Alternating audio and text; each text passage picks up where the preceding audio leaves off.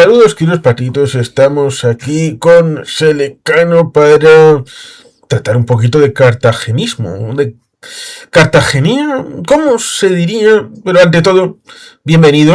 Muchas gracias por estar por mi canal. Muchas gracias, Juan Carlos. Bien hallado. Está por aquí y cartagenerismo es el término que se suele emplear. Bien, así que siendo de Cartagena, pues bueno, pues tienes patente de corso para decir un poco cómo es. Así que de Cartagena, ¿no? Ahí es donde resides. Bueno, quizás más que diga yo, pues seguramente sea mejor que te presentes tú. Sí, claro. Bueno, pues yo en realidad soy natural de Alicante. Nací un poquito más hacia el norte de Cartagena.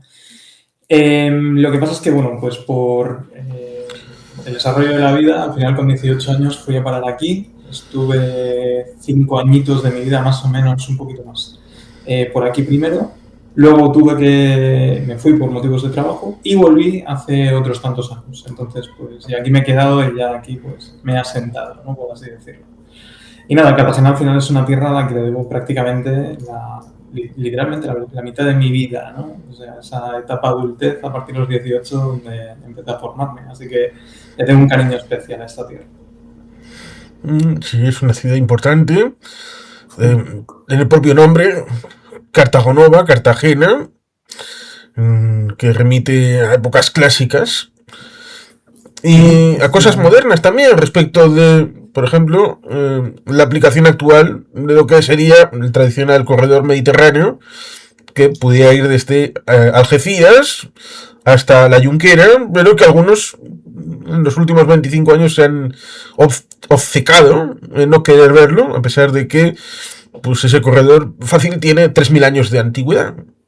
Sí, sí, tal cual. O sea, de hecho, a Cartagena se le conoce como la trimilenaria, ¿no? 3000 años de puerto de cultura, ¿no? Porque siempre ha sido un gran puerto. Has hecho referencia a Cartago Nova en época de los romanos, pero incluso antes de ellos, los cartagineses, Cartadas era como se conocía esta tierra.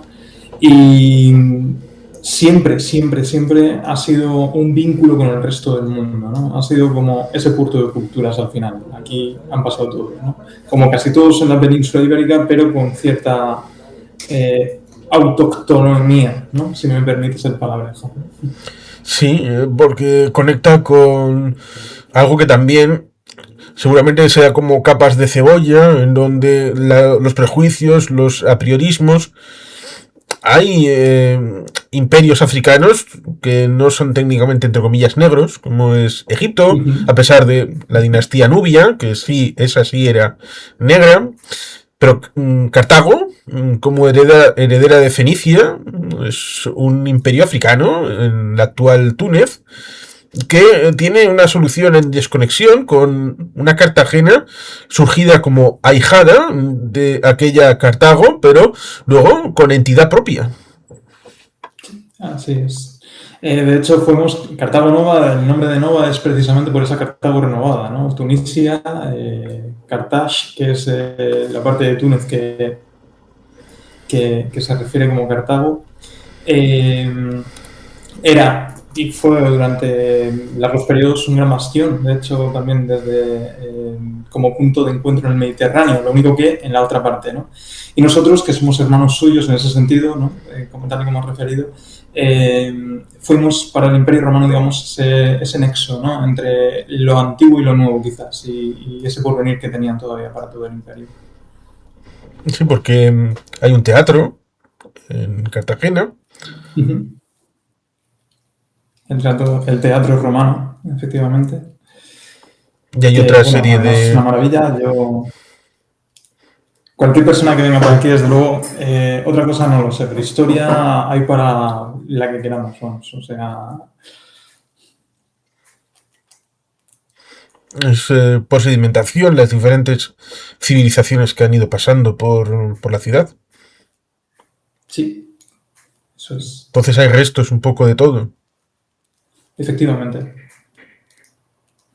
¿Qué Sí, es lo hay que...? restos Sí. fenicios, restos de romanos, cartagineses, por supuestísimo. De hecho, las fiestas de cartagineses y romanos son emblema, ¿no? Por estas partes del territorio y siempre ha sido, insisto, hay quien dice que, por ejemplo, la primera iglesia se entró por aquí, ¿no? En España, constituida como tal. Siempre ha sido un puerto que ha abierto la mano a muchísima gente, donde se ha coexistido durante mucho tiempo. También han habido cruentas batallas en estas tierras.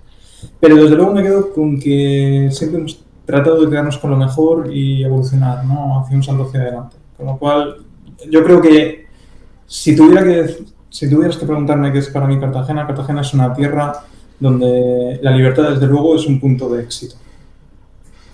Sí, sería interesante pues conocer un poco qué es lo que uno puede encontrar en el ámbito cultural físico si uno se acerca a Cartagena. Lo mismo que, bueno, podría citar el caso de El Pilar en Zaragoza y al lado, pues está el aseo, aparte del tema de la Basílica, del Pilar, y también hay una zona donde puedes bajar hacia una zona de César Augusta con unos restos, lo cual ahí integra pues la época cristiana con el ámbito antiguo, romano, y seguro que en una ciudad como Cartagena hay entornos culturales con entornos museísticos que también incorporarán todas estas diferentes etapas. Totalmente. Bueno, de hecho, has mencionado antes el teatro romano y para que nos demos cuenta de cuál es el sentido de la transformación en Cartagena, el teatro romano se descubrió por casualidad prácticamente y está pegado, y cuando digo pegado es que tú desde dentro de la antigua catedral la ves, de la Catedral de Santa María la Vieja, que se conoce, que es, por desgracia, la Catedral de Cartagena, siempre llamada Catedral de Cartagena, aunque después sabes que trasladaron la catedral a Murcia y bueno, hubo ahí un conflicto de intereses también con los obispados. Y básicamente la catedral está derruida porque, bueno, solamente queda la capilla del Duque de Veragua y algunas cosas más, pero el resto está prácticamente derruido por acción de los bombardeos durante una mala época que pasamos, como todos bien recordaremos. Y, insisto, la parte baja de la catedral, por ejemplo, es la entrada del Museo Romano, o sea, hacia donde entras al teatro romano, ¿no? Tú, de verdad que es una imagen que quien venga a Cartagena tiene que ver porque es espectacular, ¿no? Ese choque de culturas entre la antigua iglesia romana, bueno, la iglesia católica, pero junto al teatro romano es como, oh Dios mío, ¿no? Son dos choques, son dos visiones de un mundo totalmente diferente y aún así han coexistido durante tantísimos años, incluso sin saberlo, ¿no? Sí, efectivamente está el periodo antes de la llegada de los romanos, la situación con Pompeyo, tratando de obtener el territorio, y esa situación hasta, bueno, la finalización del Imperio Romano en Occidente, que culminaría con 476, Rómulo Augustulo, pero también hasta el 476 había penetración de pueblos bárbaros en lo que es la actual Italia, Francia, hasta la península ibérica. Ahí estarían los suevos, por ejemplo, que poblarían la actual zona de Galicia. Bueno, pues ahí estaría también un elemento interesante de esas transiciones entre periodos. Y luego la llegada, por ejemplo, de los ámbitos musulmanes. Murcia tuvo, por ejemplo, un personaje que fundó en el delta del Nilo una mezquita importante. Aquí sí que, bueno, pues hay entidad, no solamente cartagenera, sino también de todo el elemento regional a la hora Sí. del ámbito histórico. Y luego creo que sería Fernando III el Santo el que haría formalmente la reconquista para el tema de la región de Murcia, ¿no? Que sería enterrado en Sevilla, ¿no? Creo que está enterrado en Sevilla. La verdad lo desconozco, o sea, no sé quién se llevó a cabo la reconquista, pero si lo mencionan seguramente sea así, lo miraríamos. Cartagena es verdad que, y esto es importante sacarlo a colación, tenemos hermanamientos con Murcia muy grandes, pero también hay un fuerte regionalismo, hay un fuerte sentimiento, mejor dicho, de regionalismo cartagenero, ya que, entre otras cosas, lo que estábamos hablando antes, ¿verdad? Ese obispado que nos pasó de la primera catedral de España a ser como,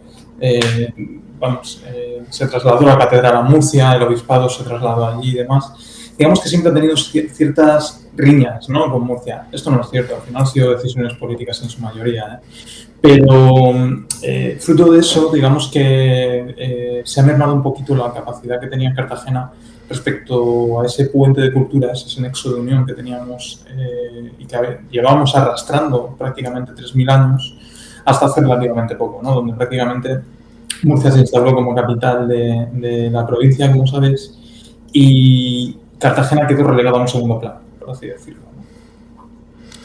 Sí, efectivamente, el tema ligado a lo militar de una manera u otra tiene importancia en Cartagena porque, entre otras cosas, es famosa por el Cantón de Cartagena en el siglo XIX y también por el hecho de ser el centro de la flota de producción mediterránea, básicamente, de la flota española, de la Armada, así, a secas, porque es la primera armada del mundo, y también en San Javier, el tema aéreo, un componente de mar, de aire y seguramente también de tierra, con lo cual las tres ramas, las tres fuerzas del ejército estarían ahí en un entorno bastante próximo, con lo cual ciertamente desde la vertiente también de una concepción localista, regionalista o algún nacionalista murciano también habrá, o cartagenero en la historia, seguramente habrá de todo en el pensamiento, pero todo eso tiene raigambre histórica y sedimentación, como has ido comentando. De hecho, saca el tema de la defensa, Juan Carlos, y me parece muy interesante, porque si nos damos cuenta, a lo largo de la región de Murcia, como bien has mencionado, tenemos por un lado la base del aire en San Javier, ¿no?, tanto la AGA como la base del aire. Tenemos por el lado de tierra en Alcantarilla, la brigada paracaidista, que pese a ser paracaidista pertenece al ejército de tierra, y aquí en mismo Cartagena tenemos el regimiento de artillería antiaérea 73, que son dos núcleos de poder muy grandes a escala nacional. También tenemos dentro de Cartagena, junto al RAS 73, el famoso Arsenal de Cartagena, que tiene las proyecciones de los submarinos junto a Navantia, lo cual también ha dotado de todo el tema de la Navantia local, ¿no?, forjar barcos, cómo se han ido, la industria naval ha crecido en Cartagena, ha sido abismal. Tenemos aquí el submarino, el primero que se hizo, Isaac Peral, de hecho, de cartagenero.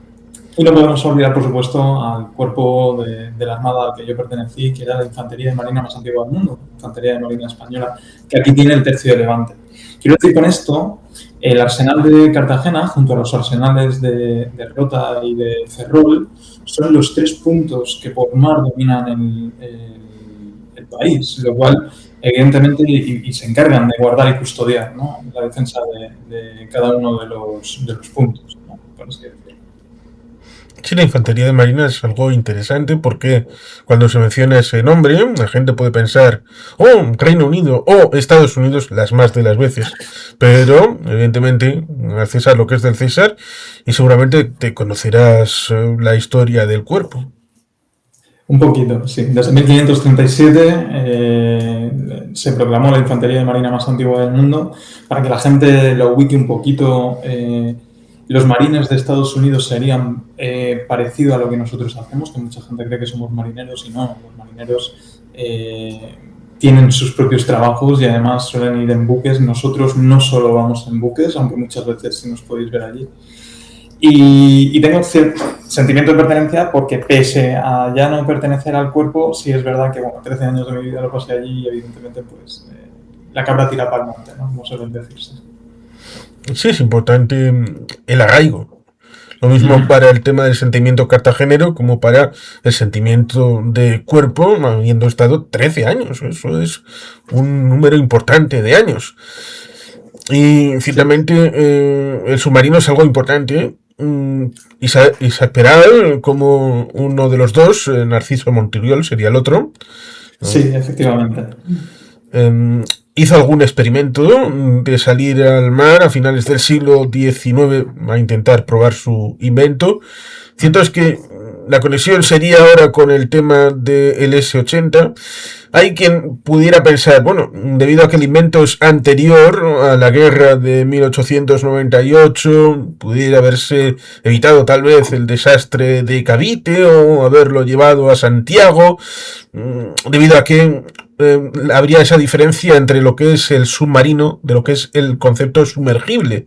Y el concepto sumergible sí estuvo presente, por ejemplo, en la guerra de secesión de Estados Unidos, pero ya el tránsito hacia el submarino propiamente, pues resultaría curioso, y también el hecho de ese contrafactual respecto de cómo hubiera sido la guerra contra los americanos ahí con un sumergible o submarino, ya sea del propio Peral o de Narciso Monturiol.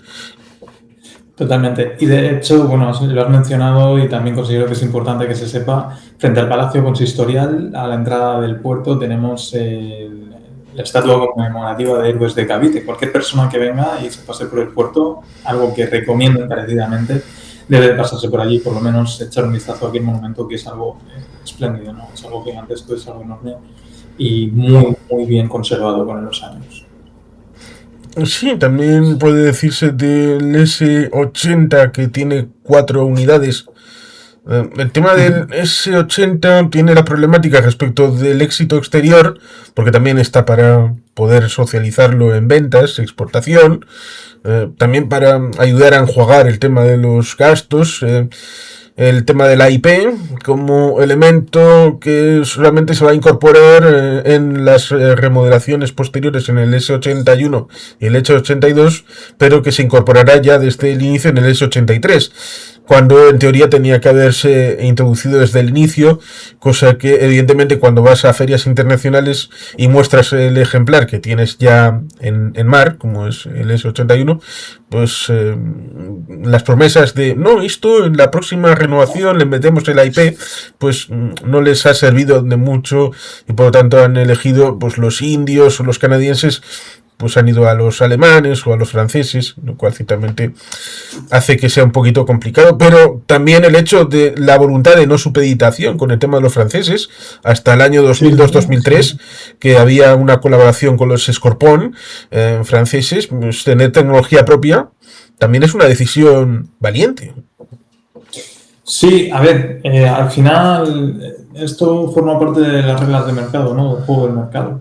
Y si las cosas funcionan, vamos a por ellas. El problema está en no darnos cuenta de que las cosas pueden funcionar o que no las implementemos a tiempo, porque entonces nos quedamos, como bien has referenciado, fuera de mercado, ¿no? Sí, seguramente como base la gente igual recuerda el tema citado de lo que era el cantón de Cartagena en una situación complicada y multinivel, bastante curiosa, porque por un lado estaría el tema de la guerra en Cuba, una situación que luego se reproduciría un poquito más adelante. Estaba el tema de la situación de Amadeo de Saboya, lo cual resulta curioso hasta en el ámbito terminológico.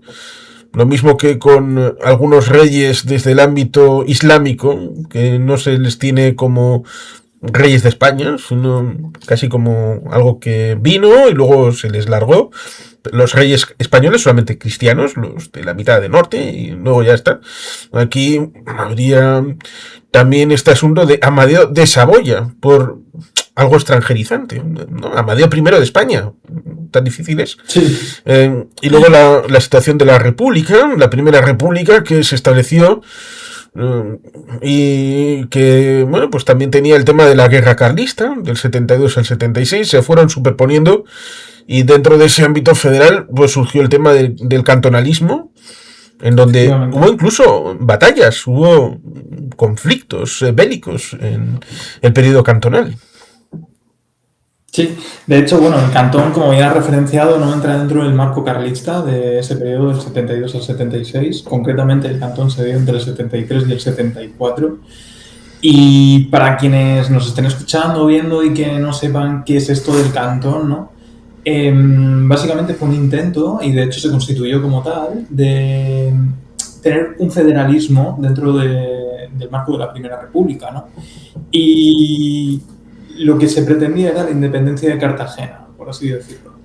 Y la verdad es que funcionaría igual que cualquier cantón suizo. Si alguien no sabe cómo funcionan los cantones suizos, allí básicamente tiene un sistema federal y cada uno tiene una autonomía bastante amplia sobre muchísimas de las competencias que les otorgan, siendo así que, bueno, pues en unos cantones se pagan más impuestos, en otros menos, a cambio de, pues, bueno, más prestaciones, menos prestaciones, depende de lo que busques, ¿no? Te puedes mover entre cantones. Pero lo que se buscaba un poco era eso, esa independencia del marco centralista de España respecto a Cartagena, pero, por supuesto, dentro siendo parte, ¿no? del federalismo de España. Sí, es un elemento interesante porque si entroncamos, que tampoco está tan lejos, eh, esta ciudad en la que en la guerra de sucesión, eh, que creo que está en la provincia de Albacete, aquella donde se produjo la batalla decisiva, en la guerra de sucesión de 1700, en torno a 1707, bueno, pues ahí estaba la idea austracista, con apoyo de los británicos, que muchas personas establecen esa noción de, bueno, si hubieran ganado, la cosa se parecería más a lo que es la monarquía británica, la Commonwealth, Bueno, con lo que pasó sí. después. Bueno, pues son bastantes, es un futurible bastante amplio porque digamos que los británicos tuvieron luego el tema de las 13 colonias, las independencias, y les costó bastante hasta 1857 con la configuración de la Mancomunidad de Canadá empezar a entender esto de un poquito de autogobierno a estas regiones que pudieran estar en el ámbito, con lo cual les costó bastante el llegar a entenderlo como para haber explicado esto en el siglo XVIII a comienzos.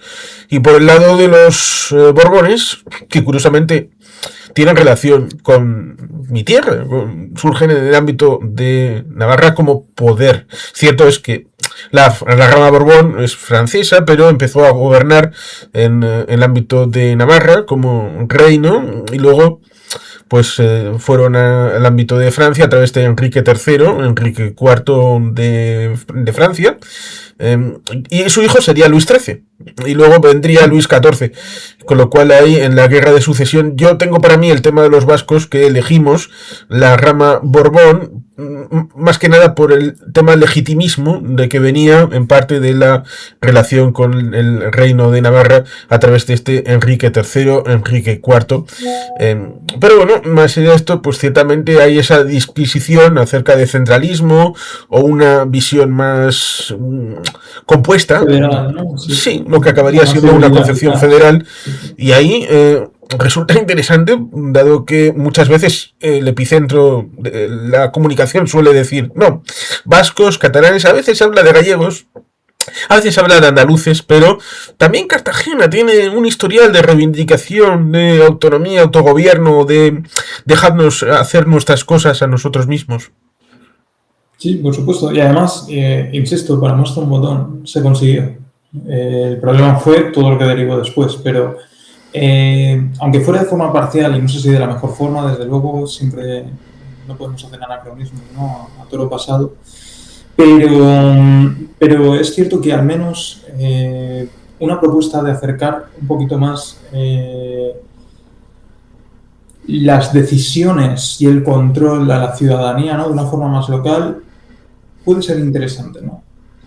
Sí, desde una perspectiva de finales del siglo XIX, principios del XX, con esa restauración en Canos del Castillo, Alfonso XII, Alfonso XIII. Creo que precisamente Alfonso XII, uno de estos reyes, porque duraron poco, por ejemplo, Fernando VI, Alfonso XII, reinados cortos, si hubieran durado más, igual habrían brillado bastante más. Bueno, pues parece que Alfonso XII murió en una visita a Alicante, que cogió una enfermedad porque había un brote y, bueno, pues estaba débil en buena medida y volvió a Madrid y acabó falleciendo. Pero bueno, en esa situación complicada del llamado caciquismo, con lo que acabaría con 1909, Semana Trágica, la huelga de la canadiense en 1917, todo este run run que tendría como colapso en Anual en 1921, Primo de Rivera. Bueno, pues, ¿cómo estaba la situación en Cartagena? Pues, a ver, nosotros realmente partíamos de una base bastante mala, es decir, el hecho de que la gente quisiera aflorar un sentimiento de federalismo al final partía de que se sentían muy maltratados en muchos aspectos, ¿no? Éramos como una gran olvidada, o creo que el sentimiento cartagenero en aquel entonces era como que éramos una gran olvidada. Y efectivamente al final todo eso es caldo de cultivo para hacer que la gente diga, oye, ¿qué está pasando aquí? Si nadie hace nada por mí, pues que ya me encargo yo. Solamente pido que me dejen hacer, ¿no? En las ECG, las EPAS, que decían los escolásticos. Bueno, creo que no deberían ir tan desencaminados cuando, por ejemplo, durante la Dana, por desgracia, vimos en Valencia un poco también cómo acaecía ese mismo sentimiento, si lo recordamos, ¿no? De, oye, estamos, y con razón, muy disgustados por absolutamente todo lo que se ha hecho. Me da igual, que el gobierno fuera autonómico o que fuera nacional o central. Al final se vieron totalmente desamparados. Pues creo que algo similar podría decirse que mucha gente en aquel entonces fue lo que sintió y fue lo que inspiró este movimiento, ¿no?, regionalista. Sí, una situación en la que en 1931, cuando llega la Segunda República, de una manera, bueno, pues como fue, en la Constitución se establece ese término casi innovador como Estado integral, como si fuera esto el pan integral, en donde pues nos encontraríamos con esa idea de, bueno, si van queriendo tener alguna autonomía, pues vamos viendo territorio a territorio. Y por eso, en cierta medida, a través de la disposición transitoria segunda de la Constitución de 1979, que dice, aquellos que hubieran plebiscitado una autonomía en el ámbito de la Segunda República, y en plebiscitar, es decir, consultar, pues técnicamente solamente fueron tres, que es 1931 Cataluña, 1933 País Vasco y 1936, casi en el último momento, porque llevaron el estatuto el día 15 de julio del 36, el tema gallego, estaban allí, seguramente eso salvó la vida a Castelao, seguramente. Pero hubo otros intentos de otros territorios que buscaron una suerte de autonomía, autogobierno, desde Aragón, Andalucía, incluso la entonces provincia de Santander, incluso Asturias, aunque ahí estaría el tema de tiempo y oportunidad. Por ejemplo, Asturias lo intentó más en el inicio y luego se convirtió en una suerte de lugar de choques, como fue el tema de octubre del 34. Así que en cada territorio pues hubo una dinámica particular. Sí, y además es totalmente normal. Quiero decir, al final creo que el federalismo, entre otras cosas, reconoce que cada territorio es diferente y único. En el sentido, es como cada persona. Es un mal trabajo, creo que es una mala propuesta cortar a todo el mundo por el mismo patrón, cuando probablemente las oportunidades y las carencias que tengamos cada uno sean muy, muy diferentes entre los distintos territorios. Mucho más aún si lo llevamos aún más granularmente a cada persona, ¿no? Con lo cual, para mí es una visión totalmente legítima y de hecho creo que es una visión que tarde o temprano debería de volver a ponerse sobre la mesa para saber qué pudo funcionar, qué no funcionó bien, qué no ha funcionado bien hasta ahora, qué podía funcionar de lo que tenemos actualmente y quizás ese híbrido, ¿no?, que estabas diciendo en algún momento para hacer que las cosas fueran mejor y evolucionar, lo que conocemos a día de hoy. Sí, porque en teoría, después de lo que hizo Javier de Burgos en 1833 con lo que pudiera llamarse el café para todos del siglo XIX, extendiendo a un concepto que no existía hasta entonces, que era el de provincia y diputación provincial. En aquel momento, cuando alguien decía la provincia, la gente entendía que se refería a Guipúzcoa, porque el término provincia pues, estaba circunscrito ahí. Los otros territorios pues tenían otro tipo de nomenclatura, cada cual la suya. Por ejemplo, Galicia era contraria a cualquier concepto de provincia y creo que Cataluña también tenía otra distribución. Así que Javier de Burgos dijo con un concepto bastante jacobino, este va a ser el mapa de España y con alguna cierta regionalización, en donde pues parece que después eso no estuvo del todo bien definido porque hubo hasta 4 propuestas: el decreto de Escosura del 1847, el proyecto federal del 1873, en 1884 y 1891, Silvela, etcétera, etcétera. Pero cuando se llega al siglo XX y en la época Segunda República y luego la larga noche del franquismo, hubo un momento en el que Albacete hacía parte de la región de Murcia, lo cual resulta ciertamente curioso. Sí, al final esto también parte un poco, ¿no?, de la concepción de que quién decide los límites, ¿no?, y las fronteras. Si nos damos cuenta, siempre digo algo que creo que es interesante, ¿no? España es España al margen de lo que yo piense o al margen de lo que nadie piense. Yo no llego a un sitio y delimito las cosas cuando... No, o sea, eso se delimita cuando está bien delimitado, por ejemplo, con la propiedad. Yo tengo claro que es de mi propiedad y sé que no es de mi propiedad, ¿no?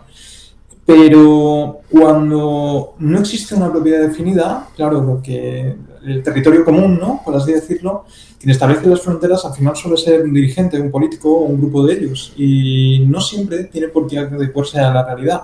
El caso de Albacete, por ejemplo, es un ejemplo más de ello. En un principio pudo ser parte incluso de Murcia, después pasó a ser, vamos, volvió a ser Castilla-La Mancha y es lo que hay, ¿no?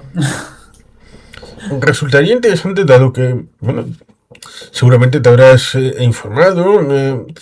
Bueno, has dicho que llegaste a Cartagena a los 18 años, con lo cual supongo que en la educación obligatoria no te enseñaron cómo fue la evolución del proceso autonomista de los años finales de los 70, comienzos de los 80, hasta tener el primer estatuto en el ámbito de la transición para la región de Murcia.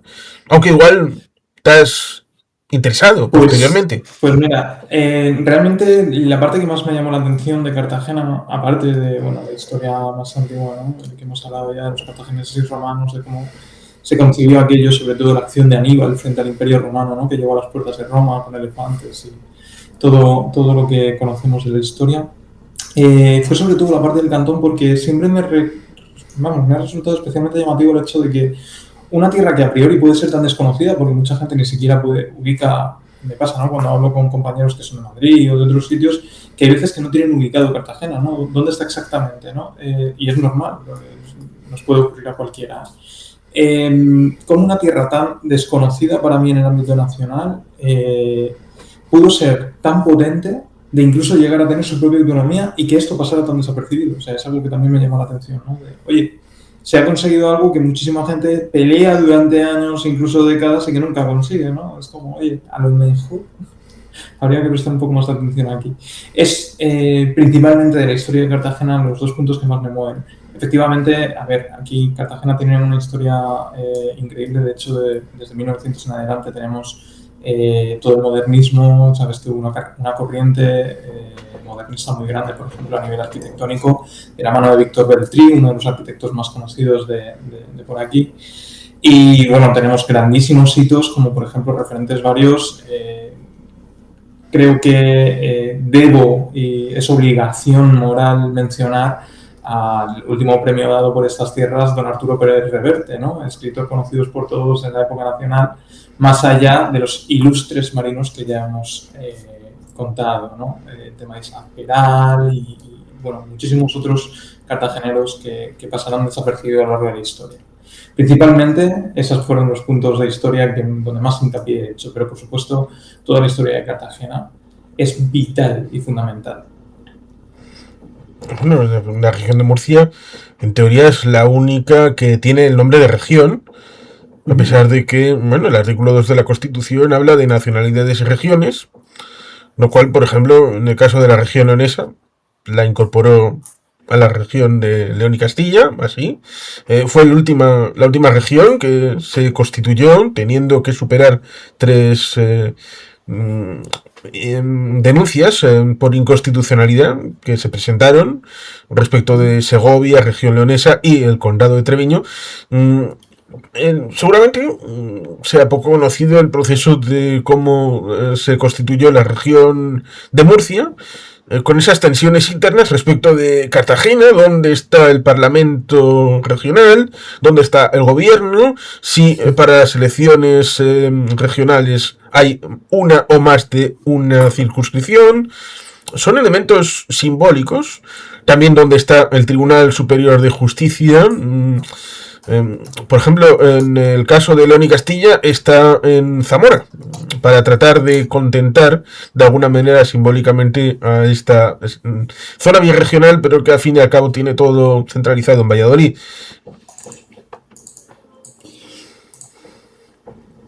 Sí, o sea, al final, por ejemplo, bueno, aquí en Cartagena se ha dividido muchísimo respecto a Murcia en muchos puntos. La Universidad Politécnica, por ejemplo, está en Cartagena. Tenemos el Defensor del Pueblo, por ejemplo, instaurado aquí.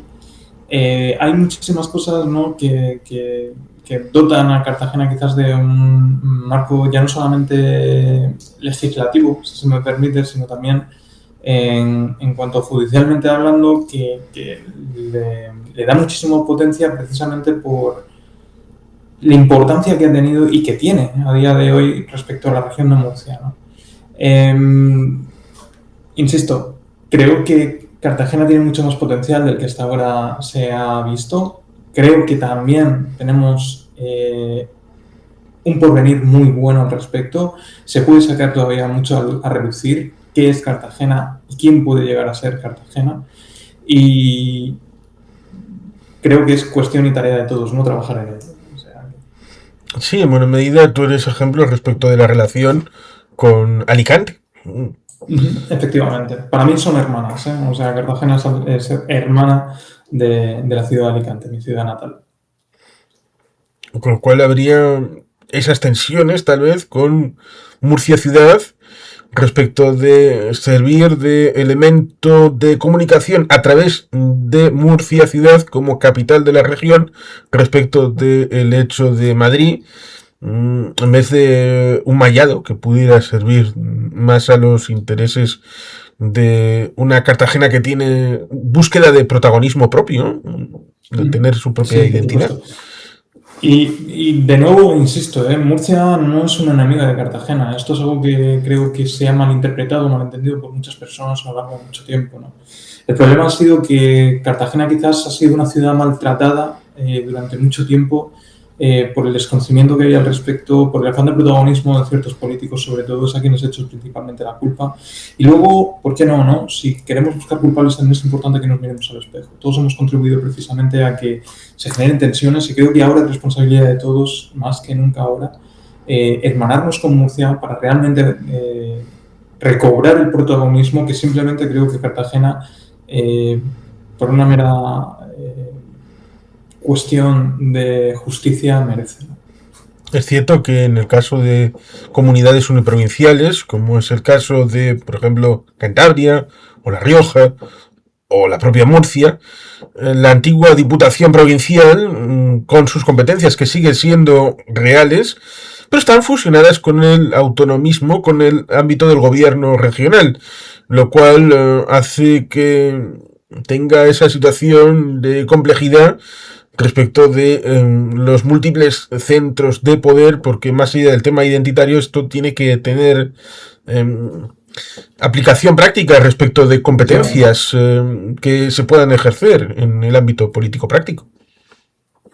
Sí, a ver, al final efectivamente el camino que nos espera creo que es muy arduo por delante, nos queda reformar muchísimas cosas, tenemos que dar un golpe de mano sobre la mesa por todos los años que nos hemos estado callados y de nuevo insisto que nos queda trabajo por delante, nos toca remangarnos y empezar a trabajar, ¿no? ¿Ha habido alguna solicitud desde Cartagena de reforma del Estatuto de Autonomía? Tal vez. Sí, de hecho han habido, sí, bueno, de hecho se ha llevado varias veces a comité, pero se suele filtrar, ¿no? Nunca llega a mesa de congreso, ¿no? Y quizás debiéramos de empezar a barajar la opción de que lo que se constituyó hace ya unos cuantos años necesite una reforma. Necesitemos volver a revisarlo, necesitemos innovar al respecto, que es importante. Recordemos que el mercado, por ejemplo, no deja de innovar, de desarrollarse, de investigar, y sin embargo hay ciertas cosas en las que en este país nos hemos quedado, creo, bastante atascados. Y la opción que creo que deberíamos al menos barajar es, oye, ¿y si nos preguntamos si hay otra alternativa? Sí, porque mirando, por ejemplo, el Estatuto de Aragón, a pesar de que una sentencia del Tribunal Constitucional acerca de la disposición transitoria adicional primera, perdón, dijo que solamente se refería a estos territorios forales, al ámbito de Vizcaya, Álava, Guipúzcoa y Navarra, a pesar de que la disposición adicional es de 1978 con la Constitución, y solamente 10 años después fue cuando el Tribunal Constitucional hizo esa inferencia.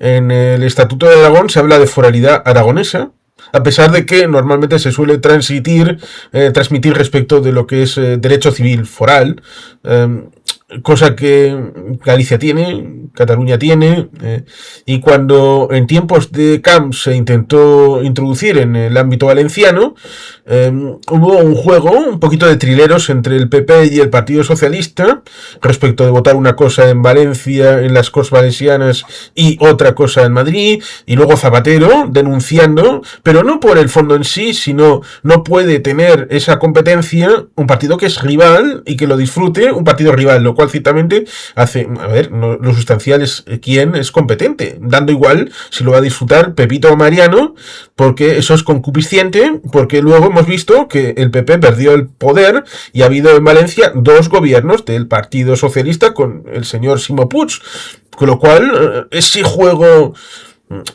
se ha hecho también en Murcia respecto de juegos partidistas, de...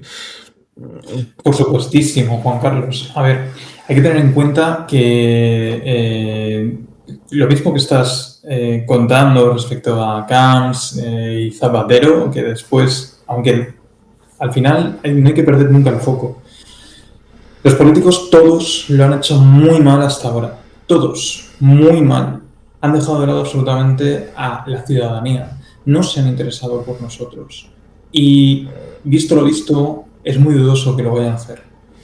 Hay quien pueda pensar que no, yo creo que sí, porque han hecho tal, es mentira. Realmente nadie se está preocupando por nosotros. Nadie está mirando los grandes escenarios con la grande problemática que plantea a día de hoy.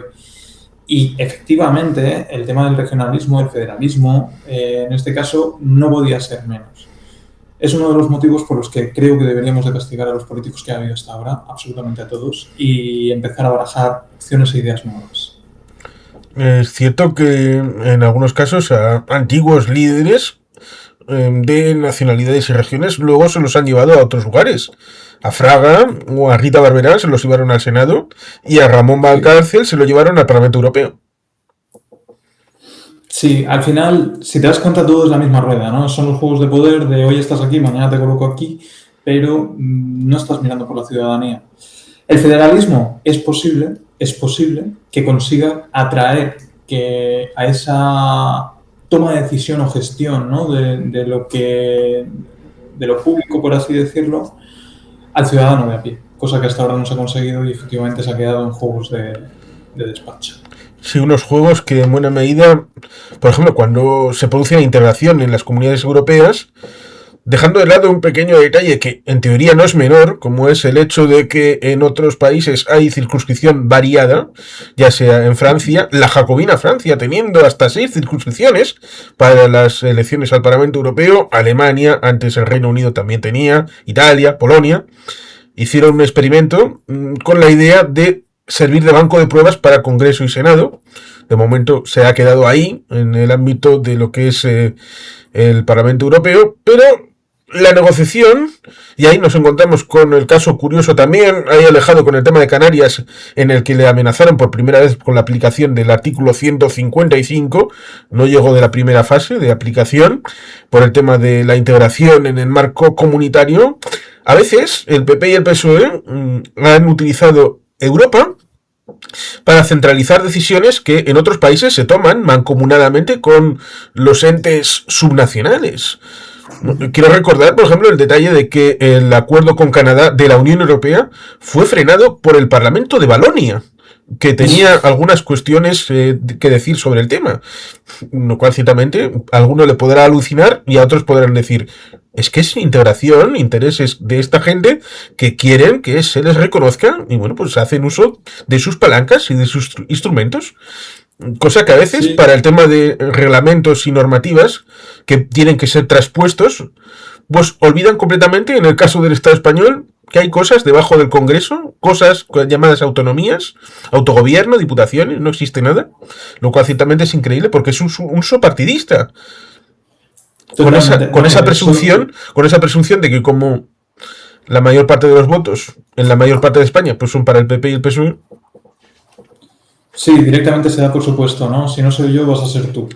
Y es un gran problema. Quiero decir, a día de hoy, depositar la confianza en el PP o en el PSOE creo que es un craso error, ya no al margen de cuáles pueden ser las ideologías que tengamos o de la casa de la que mamemos, por el hecho de todo lo que nos han demostrado hasta ahora, que no ha sido bueno y no tiene pinta de mejorar, la verdad. Si alguien me preguntara a día de hoy que si existe alguna opción partidista, le diría un no rotundo. O sea, no existe ni una sola, ni un solo partido que esté en el escenario político nacional, al menos, que en el que se pueda confiar o que haya demostrado que realmente le preocupa a los ciudadanos. Aunque sí hay un escenario en el que creo que efectivamente creo que se puede remar hacia adelante, se puede llegar a la evolución y el progreso hacia donde las ideas convergen con lo que sabemos que ha funcionado, ¿no? Desde luego, mención especial al Partido Libertario. Es el único partido que a día de hoy en España está poniendo esto en tela de juicio. Sí, iba a mencionar que hubo un movimiento cartagenero, que creo que está ahora en la oposición, es decir, que tuvo su oportunidad, pero los ciudadanos le dijeron que se fuera a la oposición en la propia ciudad de Cartagena. Sí, Movimiento Ciudadano es el nombre del partido y abogaban por un regionalismo también, lo único que, al igual que el resto de partidos políticos, creo que han pecado de fatal arrogancia, ¿no? Como decían algunos escritores. Se trata de legislar más y eso va en detrimento del ciudadano. Sabemos las cosas que funcionan, pero no todos los partidos lo conocen. Y eso es un problema para el ciudadano porque al final nos pone más trabas. Y es que somos quienes lo acabamos pagando. Ya que no por mucha normativa uno tiene una mejor cobertura respecto de derechos y libertades. Una idea muy estadounidense respecto de aquella constitución sería la de un estatuto mínimo, sintético, de autonomía, y a partir de ahí un desarrollo legislativo y normativo que pudiera ser más fácil de ser cambiado y adaptado a los tiempos. Sí, de hecho, los principios generales del derecho, o sea, con que todo el mundo pudiera regirse bajo los principios generales del derecho, teniendo claros cuáles son los principios generales del derecho, sería suficiente. El problema es que a día de hoy o no quieren o no saben hacerlo.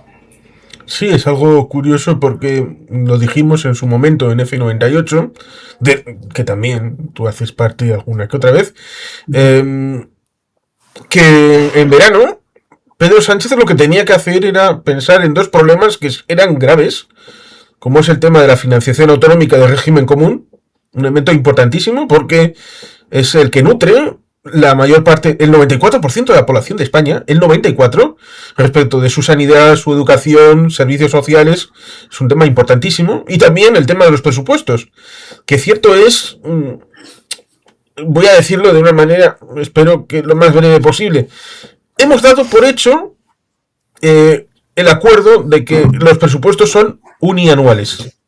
Porque digamos que en Europa son plurianuales, 17 años, de 7 años en 7 años. También se olvida el pequeño detalle de que en realidad cuando estamos hablando hay 3 presupuestos activos. 3. Porque habría el presupuesto que está en liquidación, que sería el del año anterior. Estaría el presupuesto en ejecución, que es el de este año. Y estaría en el de proyección, que sería el del año que viene. Lo curioso es que en España los 3 serían prorrogados. Los 3, el del año pasado, el de este y el siguiente. A ver, aquí podemos hablar largo y tendido al respecto. Insisto, España no tiene una buena economía no por culpa del ciudadano, no por culpa del contribuyente, sino por culpa de los políticos. Esto es un hecho. La diarrea legislativa cada vez nos presiona más, el gasto público aumenta, pero sin embargo los resultados que obtenemos cada vez son peores y menores. Evidentemente, la alternativa sabemos por dónde pasa y no es por el camino que estamos llevando. Los presupuestos generales del Estado solamente son una forma, un muestreo de cuál es el derroche que nosotros conseguimos hacer a día de hoy. Y el derroche es mucho. O sea, que no se nos pase después desapercibido. Que los políticos que se les presupone gestores no hagan lo mínimo que tienen que hacer, que es gestionar, pues bueno, nos puede dar pistas sobre hacia dónde no debemos ir, ¿no? Yo, si tengo un gestor, lo contrato y no hace lo que le he pagado, inmediatamente le despido. Problema, que toda la visión política en el panorama actual, insisto, a excepción del Partido Libertario, es totalmente cortoplacista. Porque hay unas inercias que llevan a mucha gente a votar lo de siempre. Sí, y al final, sobre todo, ya no solo... También, quiero decir... se echa mucho de menos la crítica constructiva, la crítica real, la crítica a los pensamientos propios, ¿no? Yo al menos lo he hecho muchas veces. Existe muchísima gente que vota por inercia. Existe muchísima gente de no es que mi familia ha votado toda la vida a X o a Y y yo voto a X o a Y, porque si mi familia lo ha hecho, yo también, como no voy a cambiar el voto. Y sin embargo, no nos damos cuenta de cuáles son los grandes males. Y es que gracias a esos movimientos de inercia hemos conseguido consolidar a fuerzas mayoritarias que no deberían haberse consolidado jamás porque los resultados que muestran son totalmente contrarios a lo que podría ser bueno, o sea, son nefastos en el mejor de los casos y además tiene una visión cortoplacista por el hecho de que lo que quieren los políticos a día de hoy es ganar votos, no es dar soluciones y insisto, sé que me voy a repetir mucho durante la entrevista, pero de verdad que creo que el único escenario en el que podemos plantearnos un horizonte de esperanza es aquel en el que un partido como pueda ser el Partido Libertario, que tenga hechos los deberes ya de casa, sepa hacia dónde vamos, dónde estamos actualmente y cómo podemos llegar a ese hacia dónde vamos. Hay líneas trazadas, cualquiera lo puede ver, exhorto a cualquiera que nos vea y que nos escuche a que le eche un vistazo a las propuestas que tenemos y pasemos y trascendamos de ese cortoplacismo hacia el largo plazo, que es lo que España necesita, porque no hay una solución en el corto plazo. Es cierto que en los últimos años ha habido algunos partidos que han intentado superar ese llamado bipartidismo imperfecto, porque nunca ha habido solamente 2 partidos, como si fuera aquel reflejo que intentó Fraga en el periodo de la transición, de emular cuando estuvo de embajador en Londres, de liberales, conservadores y luego conservadores con laboristas, después del cambio que se produjo a principios del siglo. Pero esa situación llevó al orgullo y prejuicio de los liderazgos hipertrofiados de solamente una persona, como fue el tema de Pablo Manuel Iglesias Turrión, que viéndose el sorpaso al Partido Socialista hizo que volvieran a hacerse elecciones en el año 2016. El señor Albert Rivera haciendo lo mismo en 2019 cuando podía haber sido vicepresidente de un gobierno de mayoría absoluta, debido a que en 2015 llegó a un acuerdo con Pedro Sánchez, hicieron aquellas 200 propuestas, no les daba los números, pero hicieron un acuerdo, es decir, sabían firmar algo, pero en 2019 le pesó más el tema del sorpaso de en 2019, después de la moción de censura, Ciudadanos obtiene 57 escaños, 57. Es una barbaridad. Cierto menos que los 71 que obtuvo Podemos, pero son unos cuantos. El PP tenía 66. Y en vez de pensar, bueno, puedo darle el sorpaso siendo vicepresidente y ahorillando a esta gente del poder, no, vamos a dar el sorpaso al PP y al PSOE. Todo en una tacada. Lo cual recuerda un poquito a esa situación de la revolución permanente de, bueno, tanto en Rusia como en España llega la revolución burguesa. Pero inmediatamente salen las caravanas de camiones a, vale, hacemos la revolución burguesa y luego la comunista, todo como si fuera del corrillo. Bueno, pues estos pensamientos mágicos parece que también pueden influir en algo que pudo ser también discutido en algún momento, en algunas elecciones, hace unos años, en Murcia, con el tema de Vox, que pareciera que tenía cierto predicamento en el voto en el ámbito de Murcia. Sí, es cierto. Bueno, aquí Murcia para mí es una tierra de esperanza, ¿no? Lo he dicho antes, Cartagena y Murcia son hermanas. El problema ¿cuál ha sido? Bueno, pues que Vox desde luego ha dejado mucho que desear, ¿no? Dijo que no quería saber nada del Consejo General del Poder Judicial y empezó a pelearse por el Consejo General del Poder Judicial. Dijo que nada a las autonomías y de repente, en cuanto tuvieron ocasión, empezaron a meterse cabeza en las autonomías, ¿no? Quiero decir, la alternativa no creo que sea pasar por allí, precisamente porque lo han hecho muy mal, han mentido mucho y todavía hay cosas que aclarar sobre el tablero de la mesa. Desde luego, Podemos es una opción, si cabe, todavía peor. O sea, quien crea o Sumar son, vamos, dos opciones realmente nefastas, al igual que Vox. Y PP y PSOE creo que son las más nefastas que puedan haber hasta la fecha. O sea, pero no te puedo decir un ranking porque para mí todos lo han hecho mal en el sentido de que han pecado de fatal arrogancia. Todos han empezado a idear o a implementar medidas que sabemos que no funcionan. Entonces, para mí la cosa está en vamos a traer medidas que sabemos que funcionan, vamos a mirar qué ha pasado en otros sitios, vamos a extraer conclusiones reales y aprovechémosla a nuestro favor. Si ese es el problema, si sabemos lo que funciona, ¿por qué no lo estamos usando? Sí, citaste alguna que otra vez el término libertario. Seguramente la gente pueda pensar en, bueno, por no decir el más evidente, tal vez José Antonio Cast en el caso de Chile, que pudiera pasar a la segunda vuelta, o el caso, sí, el conocido señor Peluca, ahí, el Milei en Argentina.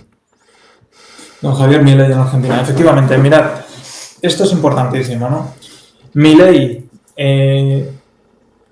las encuestas dicen que puede perder y el mercado se hunde, los inversores se largan.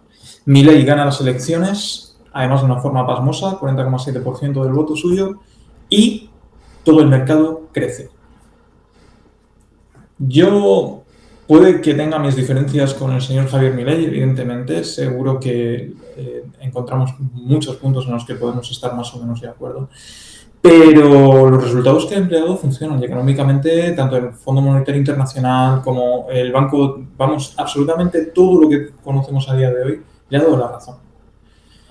Cuestión, ¿está España dispuesta a pasar por ahí? ¿Está España dispuesta realmente a remangarse para meterse en el fango y trabajar en todo lo que no hemos trabajado durante todos estos años?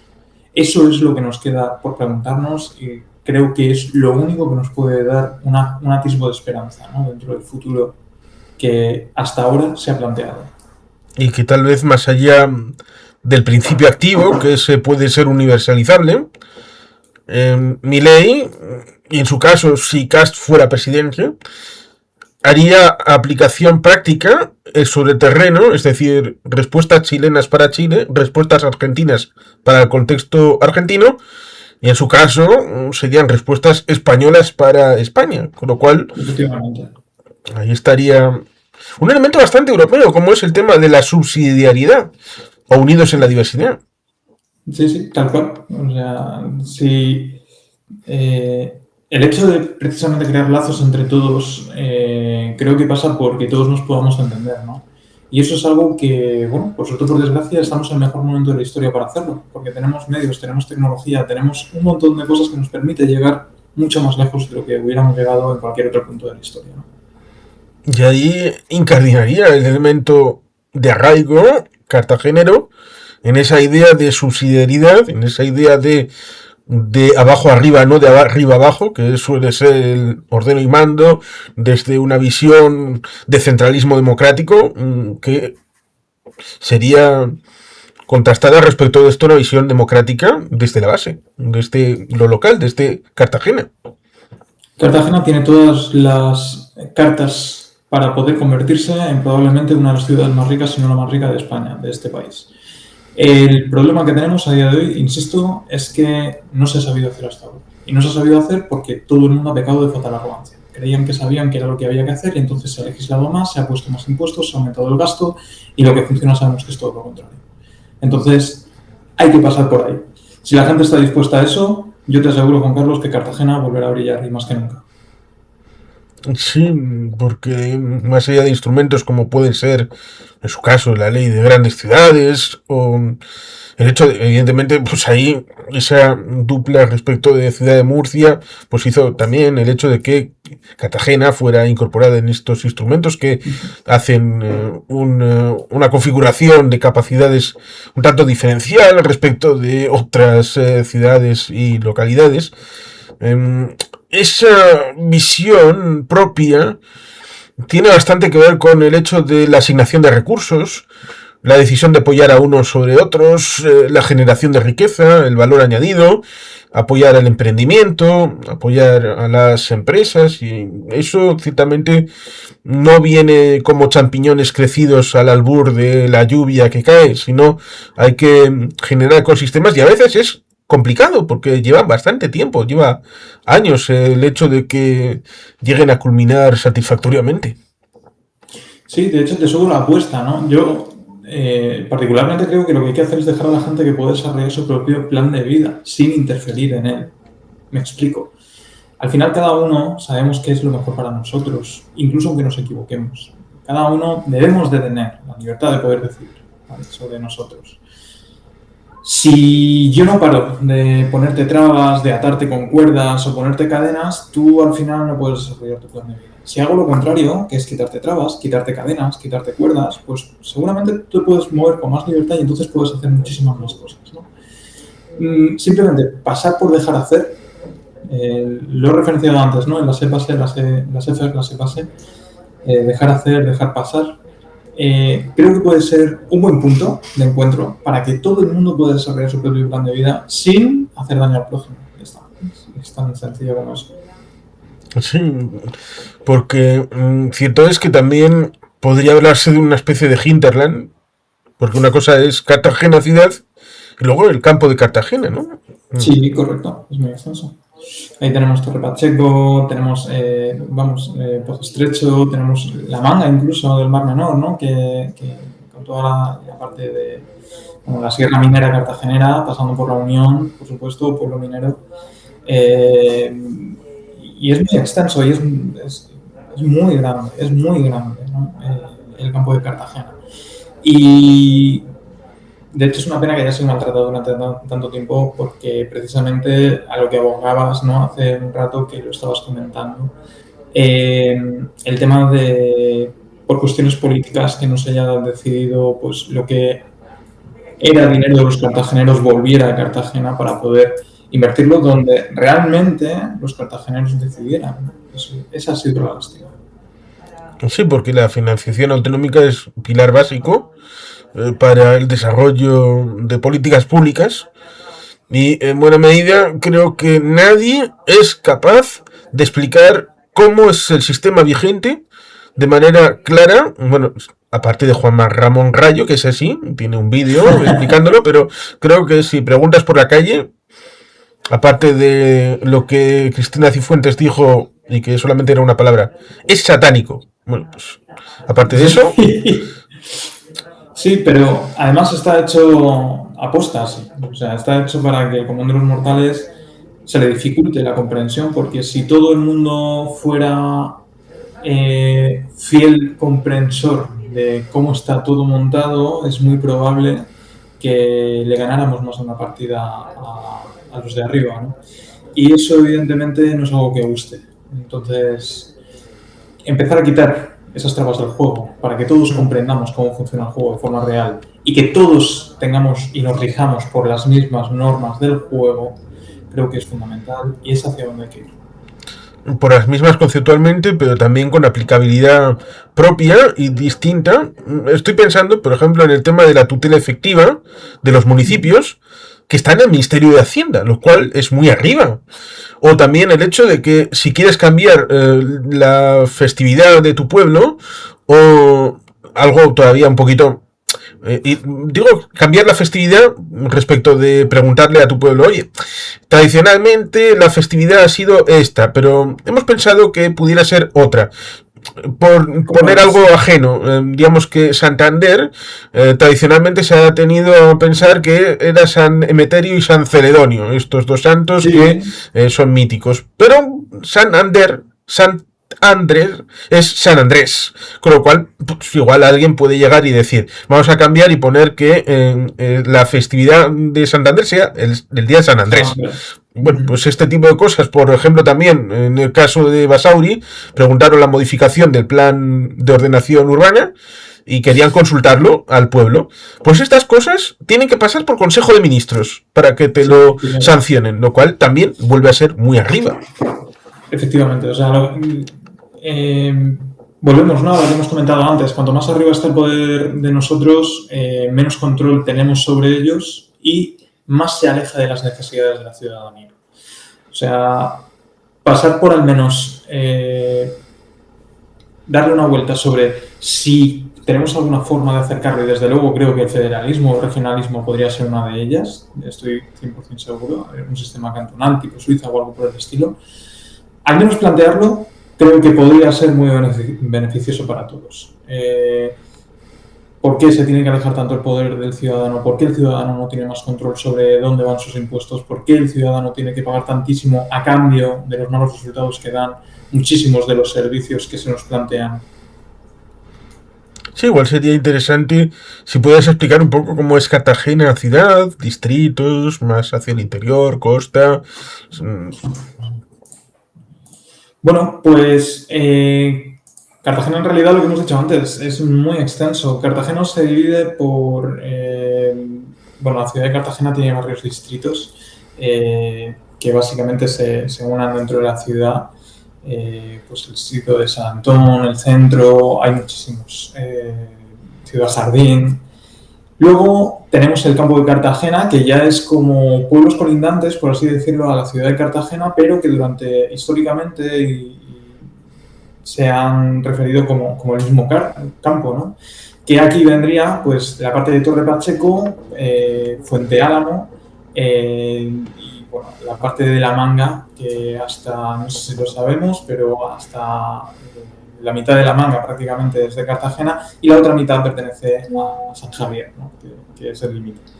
Y es curioso porque además la mitad de San Javier no comunica con San Javier, sino que tienen que bordear por Cartagena hasta llegar a ella, ¿no? Lo cual en alguna ocasión me consta que ha costado algún disgusto de cara a que la policía local llegara y podía haberse tirado a lo mejor una hora o una cosa así hasta llegar o incluso más. Y bueno, básicamente eso es Cartagena, ese es el campo de Cartagena y por supuesto Cartagena como una ciudad más está supeditada a lo que diga la región de Murcia, en definitiva. Por encima la región de Murcia, como bien has referido, tiene centralismo, ¿no? Toda la parte de gobierno central. ¿Problema? Pues que evidentemente si un cartagenero quiere tratar de solucionar algo en Cartagena, en muchas ocasiones se ve topado precisamente con todas las trabas que hay, tanto a nivel autonómico como a nivel central, ¿no? De gobierno central.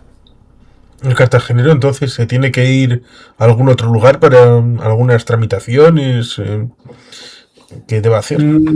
La mayoría de los trámites sí se ejercen aquí, pero hay algunas cosas que sí se tienen a nivel regional, a nivel autonómico. Vamos. Ahora mismo no se me ocurre exactamente para darte ejemplos, pero sí sé que hemos tenido muchos problemas, ya no de dentro hacia afuera, sino incluso de fuera hacia adentro, ¿no? El tema del AVE, se le espera pero nunca llega, ¿no? precisamente porque el gobierno central no ha terminado de consolidar hacia Cartagena una nave, cuando sabemos que sería un nexo de unión precisamente con la capital súper fuerte y que nos podría facilitar muchísimo las cosas, ¿no? Y que tendría toda la lógica. Decía al principio el tema de los fenicios, lo sabían perfectamente, desde Algeciras pasando por toda la costa, y que es la salida natural de los productos de Almería, que está al lado, ¿no? Está al lado de Murcia. Los productos saldrían precisamente por la costa, por Murcia, pasando por Valencia, yendo hacia la Junquera. Es el lugar natural de toda la vida, donde pasaba todo el tránsito de toda... Mercantil. Sí, por eso sorprende, Eso es. no ha llegado la alta velocidad. En teoría, a Valencia había llegado y a Alicante Sí, en también. Alicante está. Murcia incorpora, la ciudad de Murcia empieza a incorporar ciertos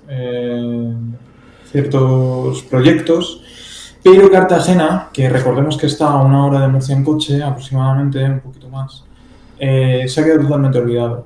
Cuestión que si tuviéramos ese AVE, por ejemplo, el puerto de Cartagena podría incluso conectar muchísimo más eficientemente con toda España, porque podríamos tirar directamente hacia Madrid, lo cual nos daría unas oportunidades pues bestiales, ¿no? Evidentemente, como puedes imaginar.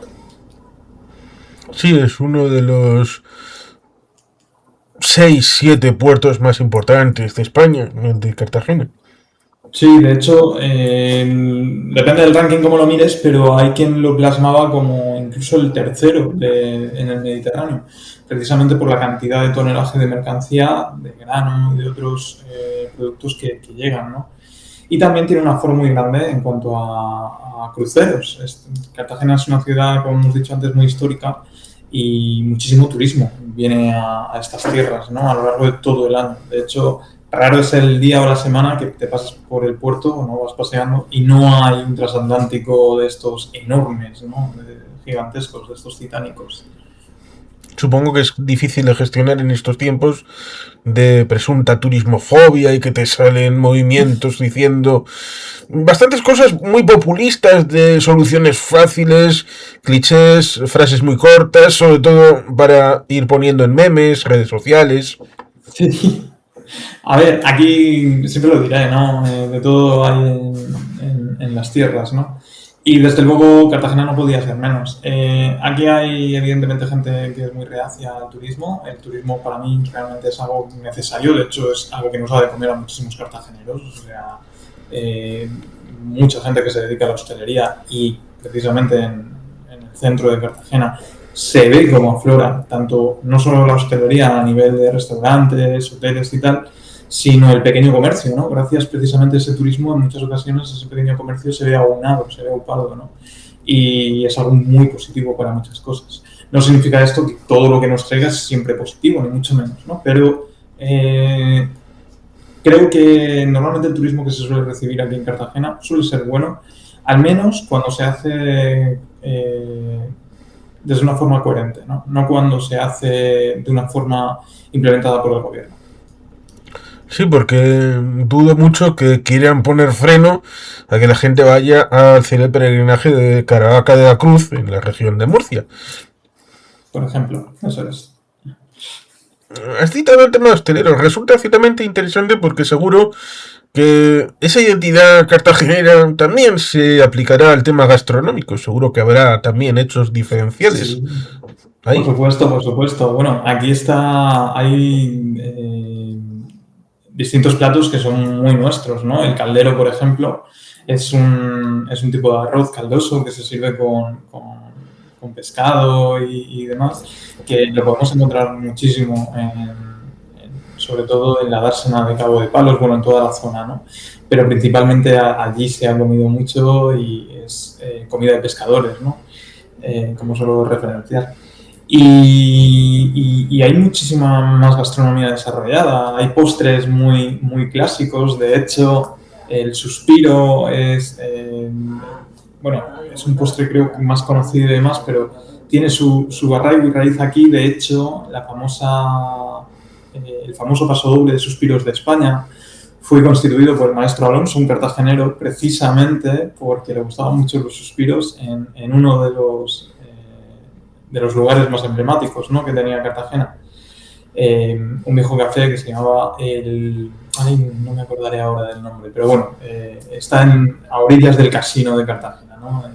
Que también es otro hito importante. Y con eso, bueno, muchísimas cosas. Hay muchísima gastronomía cartagenera desarrollada y me hace mucha gracia, porque yo que soy de Alicante, que digo, oye, si estamos prácticamente pegados, ¿no?, pues cosas incluso como el caldo con pelota varía desde Alicante a como lo pueden concebir aquí, ¿no? Que sabemos que es como una masa de albóndiga muy, muy grande con sopa, ¿no?, con caldo alrededor y tal. Pues se toma diferente y también es algo gracioso. Y desde luego invito a cualquier persona que venga a estas tierras a que por favor pruebe la gastronomía cartagenera, que es hiper rica y seguro le deja un muy buen sabor de boca.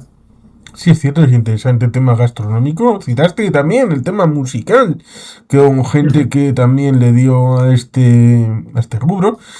Y también está el tema literario, citaste a Arturo Pérez Reverte como un ejemplo cartagenero, que seguramente habrá alguno más por ahí en la Sí, historia. sí, efectivamente.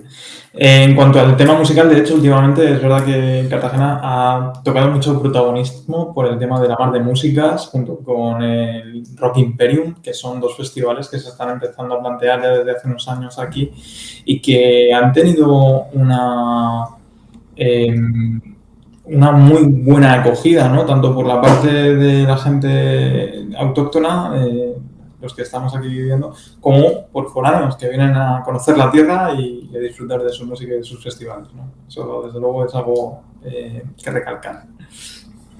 Sí, lo mismo que otro detalle, porque cuando estuve en tierras de Xavier, estuve en Foz 12 días, pero también viendo el entorno.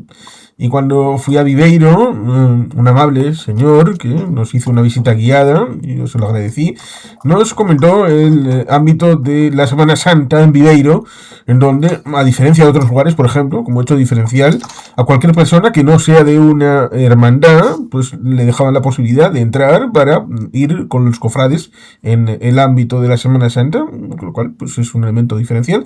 Y la gente en buena medida cuando piensa en Semana Santa piensa en Sevilla, solamente en Sevilla. Sí. Y por lo tanto ese elemento también hay que romperlo. Y Cartagena también tiene una buena Semana Santa y hermandades y procesiones. Efectivamente. Bueno, de hecho, la Semana Santa de Cartagena está declarada de interés turístico internacional. Aquí existen 4 cofradías cuyas banderas podrás ver enarboladas delante del Palacio Consistorial si vienes en Semana Santa y que, bueno, son la cofradía del Santísimo y Real Cristo del Socorro, del Resucitado, la cofradía Marraja y la cofradía California, ¿no? Y es muy llamativo porque la Marraja y la California, que la California es una bandera roja, bueno, y la Marraja es morada, todos los cartageneros que les gusta la Semana Santa, la mayoría de ellos suelen tener una bandera que durante la Semana Santa ponen en el balcón como diciendo, este es mi equipo, ¿no? Es como un poquito Madrid-Barça, pero aquí, ¿no? Y por supuesto, bueno, pues el Socorro, que es una bandera negra, y el Resucitado, que es una bandera blanca, son cofradías un poquito más humildes, pero que desde luego tienen muchísima importancia y son muy, muy bonitas de ver, ¿no?, en las procesiones. Hago especial alusión al Socorro. Es una cofradía a la que le tengo mucho cariño y mucho respeto.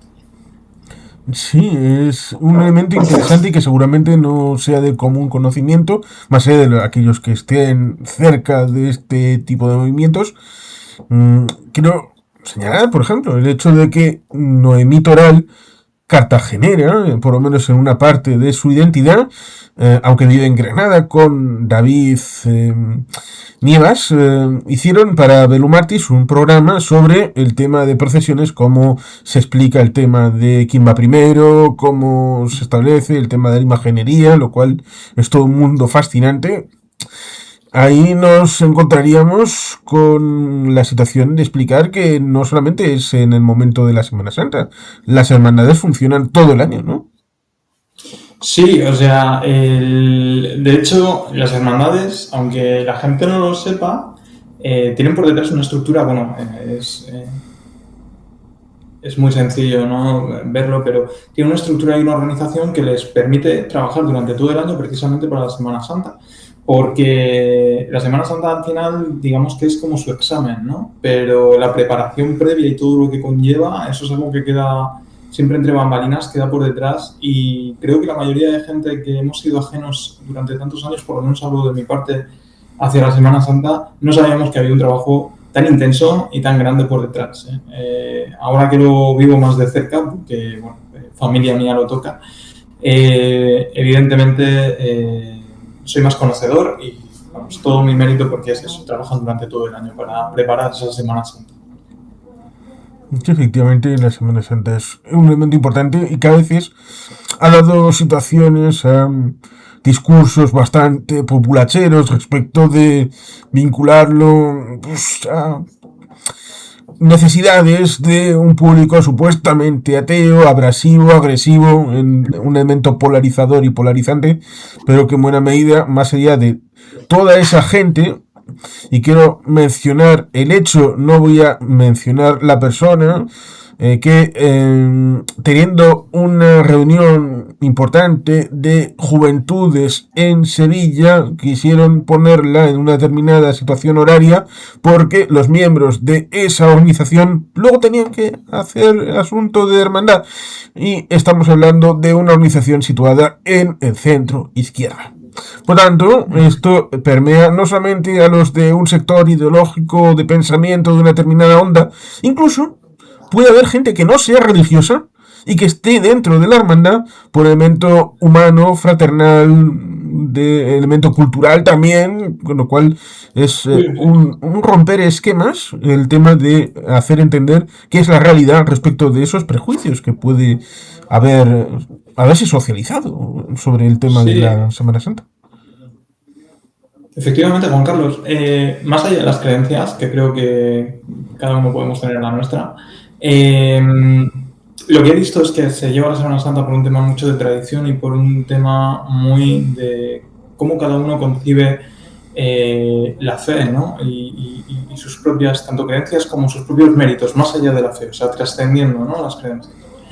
Eh, Insisto, yo de verdad que recomiendo a cualquier persona que venga a Cartagena que por favor, si tiene ocasión, que vea la Semana Santa cartagenera, especial guiño de nuevo al Cristo del Socorro, a la Cofradía del Socorro, porque no tiene nada que ver con el resto de cofradías en el sentido de que es una cofradía que sale muy tarde, sale de madrugada y bueno, dejémoslo en que, por decirlo de algún modo, las emociones se sienten a flor de piel, ¿no? Cuando no solamente por la imagen o lo que te puede evocar o la creencia que tengas, sino por lo que te evocan las personas que conforman sobre todo esa cofradía, ¿no? Y lo mismo es extensible para el resto, por supuesto. Sí, que efectivamente en la propia imaginería y esos llamados a veces muñecos articulados, pero que vinculan con elementos que se hacían en el antiguo Egipto, con lo cual son milenios de tradición, sí, transmutados, trasplantados tal vez de ese ámbito del egipcio clásico al ámbito del sur peninsular, pero que es un hilo de continuidad que sería horrible el que en algún momento pudiera llegar a perderse. Totalmente. Además que las tradiciones creo que al menos nos sirven para guiarnos en algún punto, ¿no? O recordarnos un poquito de dónde venimos, que nunca está de más, recordarlo. Luego ya podemos hacer 1000 propuestas sobre la mesa para tratar de ir a más, ir hacia adelante o ver cosas o plantear cosas que no se han visto hasta ahora. Pero ese nexo de unión con el pasado, aunque sea, al igual, aprovechando ahora la festividad de todos los santos, ¿no?, en día 1, creo que de vez en cuando no nos viene mal para sobre todo tener un toque de humildad que creo que a día de hoy a todos nos hace mucho falta. Aunque solamente sea por el tema artístico, recordar la memoria ciertamente, David y Noemí lo suelen recordar, por ejemplo, con el tema de la presencia de los franceses, 1808 en adelante, en donde el arramplamiento y la destrucción de obras de arte fue horrible. Supongo que el elemento escultórico y pictórico también habrá importante presencia en el ámbito de Cartagena, algún museo también habrá, supongo, de tema escultórico y pictórico. Sí, sí lo hay. De hecho, Cartagena está plagada de museos, está llena de museos y lo peor de todo es que no te da tiempo a visitarlos a todos, ni mucho menos porque cada uno tiene una temática concreta y son inmensos y maravillosos. A mí me gustan mucho. Ya sabes que el turismo cultural es uno de mis, vamos, de las cosas que me gusta hacer. Hay muchísimos museos, no voy a empezar a nombrarlos todos porque de verdad que es una gozada poder estar en esta tierra y verlos todos. Yo animo a cualquiera que venga, que simplemente que funcione por sensaciones, ¿no? Esto como con las carreras algunas veces, donde más le guste, donde le lleve el viento y que desde luego entre y mire todo lo que pueda haber, tanto a nivel pictórico, artístico, en temas cultural, a nivel histórico, que hay muchísimo, a nivel arquitectónico, o incluso a nivel de imágenes, ¿no? Porque también hay museos dedicados incluso a la Semana Santa, más allá de todo lo que hemos mencionado ya, de la escultura en sí. Animo a cualquier persona que venga, por favor, a que los visite a su aire y que disfrute y se empape de cada uno de esos museos, porque desde luego siempre tenemos algo nuevo que aprender, ¿no? Sí, es un elemento interesante y por supuesto está el tema de la cohesión y la adaptabilidad y el tema de la accesibilidad. Por poner ejemplos, podría citar el tema de Los Ángeles, pero como yo tengo un vídeo hablando del metro de Los Ángeles y está un poquito lejos, voy a citar cosas un poquito más cercanas. El tema de Granada. Y es que citabas el tema de San Javier, que tenían que entrar un poco en Cartagena para moverse dentro del ámbito del municipio.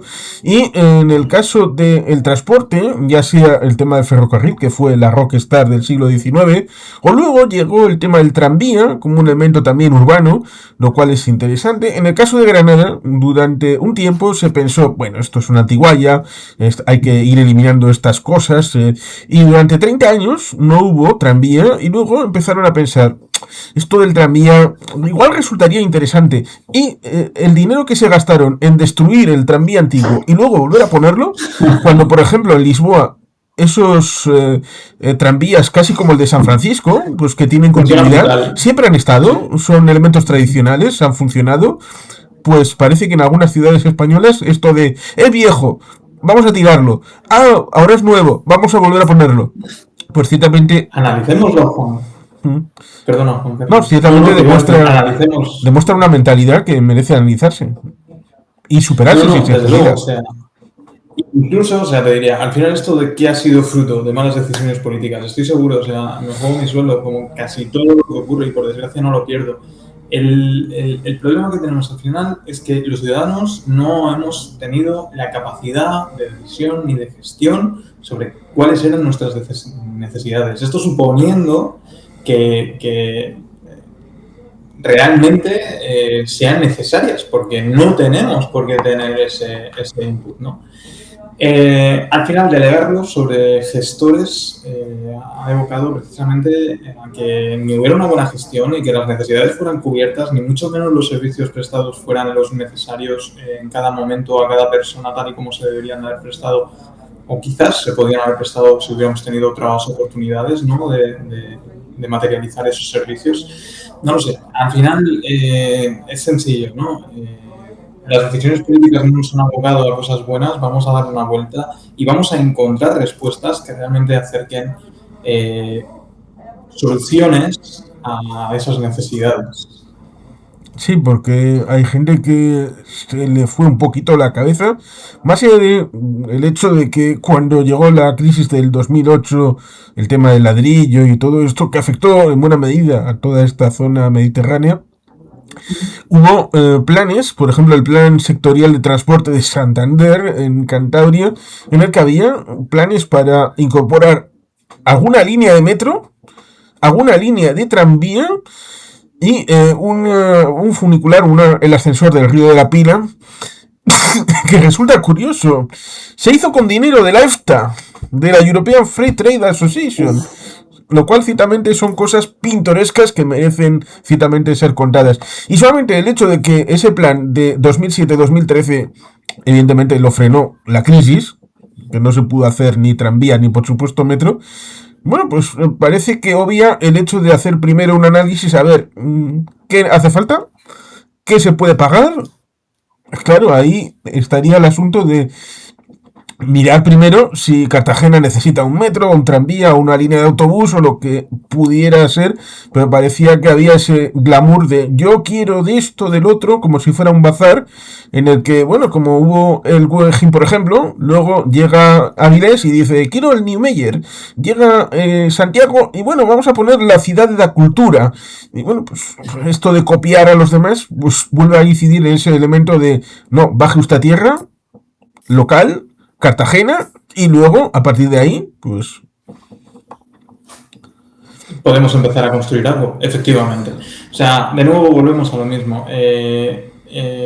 Reiteramos que el hecho de que el ámbito local sea quien tome las decisiones políticas, que el ámbito local se baje cuanto más cerca del ciudadano, ya no solamente para acercar las decisiones que se puedan tomar a efectos de gestión al ciudadano, sino para que el ciudadano pueda tener controlado y vigilado precisamente a quien está tomando las decisiones. Es mucho más difícil, cuanta más burocracia hay por encima, cuantos más estratos hay como una capa de cebolla, llegar hasta el último eslabón. ¿Por qué? Porque tienes que pasar primero por todos y no tienes ni tiempo ni recursos para fiscalizarlos a todos o no en la medida en la que te gustaría. Entonces, creo que es un win-win, ¿no? A escala tanto organizativa, en el ámbito de la gestión propiamente dicho de esos recursos, como a escala ciudadana, ¿no?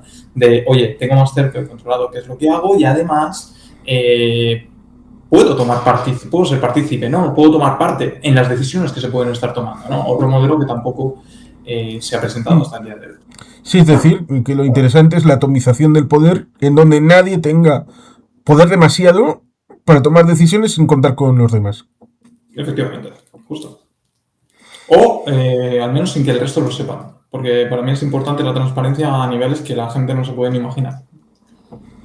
No sé si nos hemos dejado algún ámbito de el cartagenerismo, de la identidad de Cartagena, pero también implicada con todas las realidades sociales, porque a veces hay gente que piensa, bueno, la identidad de un territorio, de una realidad social, es una identidad como una vitrina, que bueno, está bien, la sacamos brillo una vez al año, pero no, esta identidad cartagenera se imbrica en todas las realidades, tiene realidad en las decisiones respecto de toda la panoplia de políticas públicas que se pudieran hacer, el hecho de la realidad social, el tema gastronómico, las artes diferentes, por tanto no es algo abstracto, es algo práctico. Totalmente. Y además, si me permites, Juan Carlos, lo que hemos dicho antes, cada tierra necesitará sus propias soluciones. No nos vale de nada que nos corten a todos por el mismo patrón, porque las soluciones que a unos le pueden venir bien, a otros les pueden venir muy mal, no mal, sino fatal, de una forma nefasta. Y desde luego yo tengo la experiencia para Cartagena de que tomemos las riendas de nuestro propio presente para poder esgrimir un buen futuro. Y es lo que ocurre. Bien, pues te agradezco que hayamos tenido esta formulación de lo que es Cartagena y su identidad a la hora de explicarlo un poquito. Muchas gracias a ti, Juan Carlos, por supuesto, por este ratito tan ameno juntos y que no sea el último. Espero que volvamos a poder hablar de Cartagena dentro de poco, largo y tendido, por supuesto, que es lo que merece.